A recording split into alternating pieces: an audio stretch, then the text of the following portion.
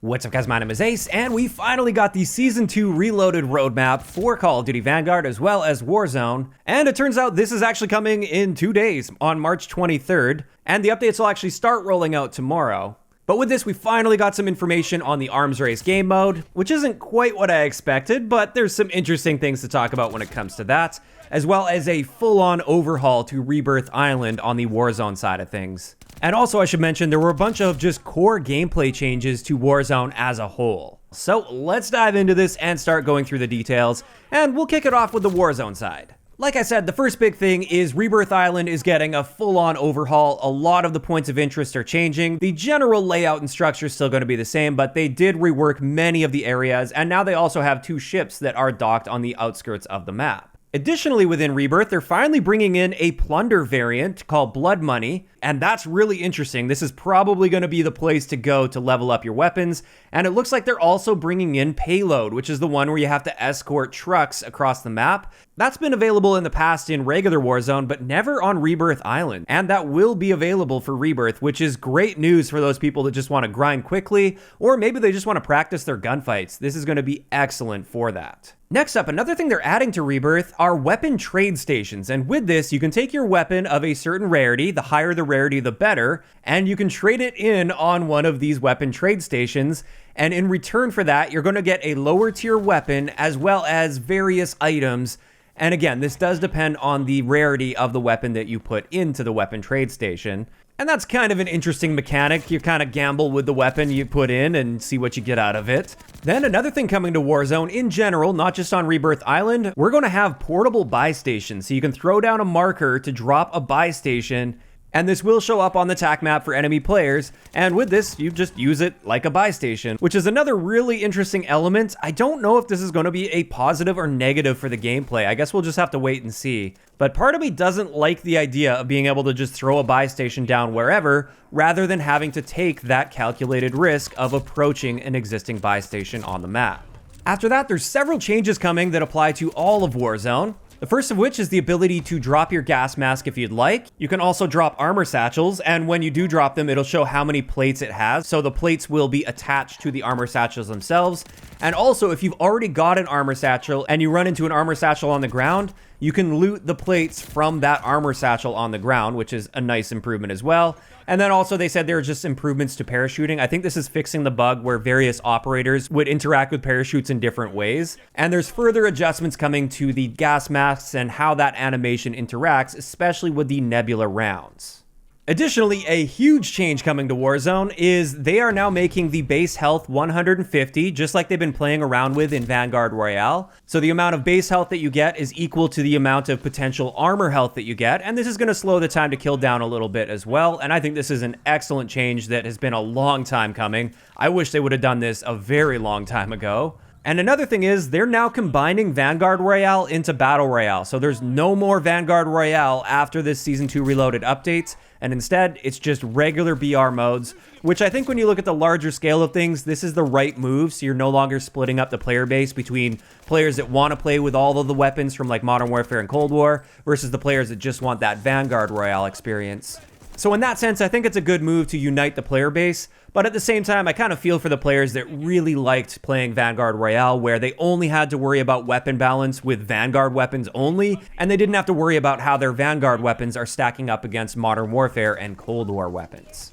And with that, that pretty much covers it for the main points in regards to Warzone for the Season 2 Reloaded update. But I should also mention a couple things that are coming to both Vanguard as well as Warzone are the new operator, Gustavo, as well as the new SMG, which is the Armaguerra 43. And this SMG is described as having an extremely high fire rate. It's actually going to have the fastest fire rate in the SMG category for Vanguard, which means we're looking at likely over 1,000 rounds per minute, which is pretty crazy. And with that, of course, it's going to have quite high recoil. Additionally, for those that are curious, I don't normally get into cosmetics and bundles and stuff, but this one's quite interesting. Snoop Dogg is coming as an operator to Vanguard and Warzone, but this one isn't coming with the update this week. It looks like this one's going to be coming at some point next month, and this will be something you have to pay for in a bundle if you want to get it. Now, let's move on to the Vanguard specific side of things, and the main thing I want to talk about here is the Arms Race game mode. This one is highly anticipated, but like I said, it's not quite what I thought it was based on early leaks.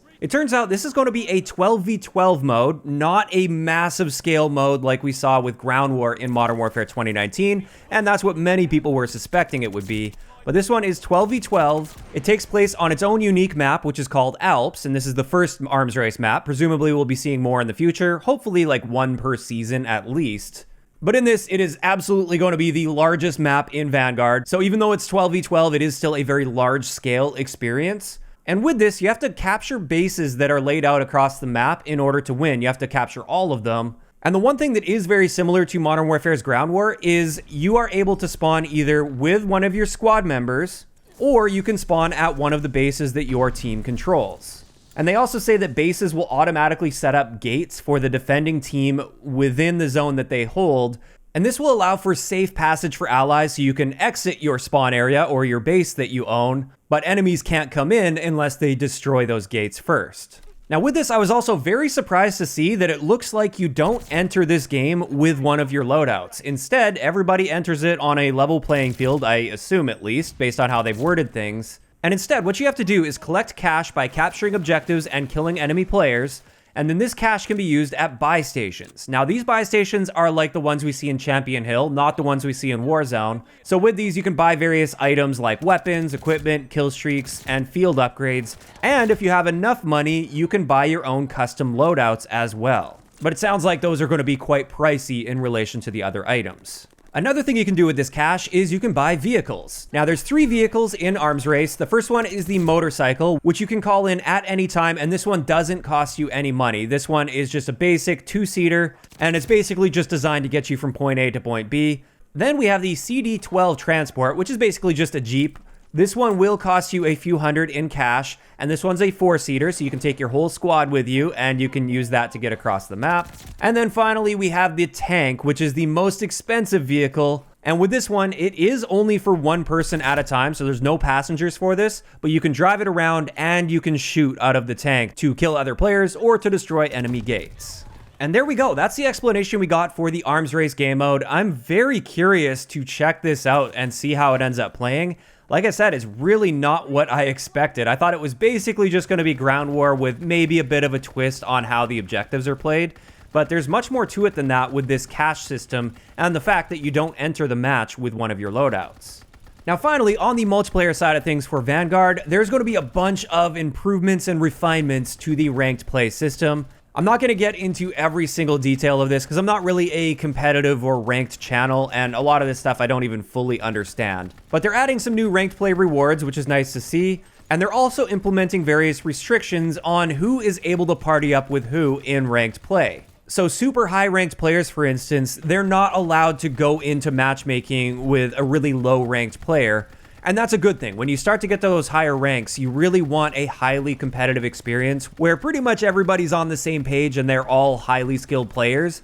So that does give you the most competitive experience possible, and therefore the ranking system in those higher levels of play, it will mean a whole lot more when you're always playing with and against people that are at least within a certain range of your skill level. And on top of that, they're also going to be adding a new reward screen as well as a skill division screen that allows you to better track where you stand and how close you are to getting to that next skill division.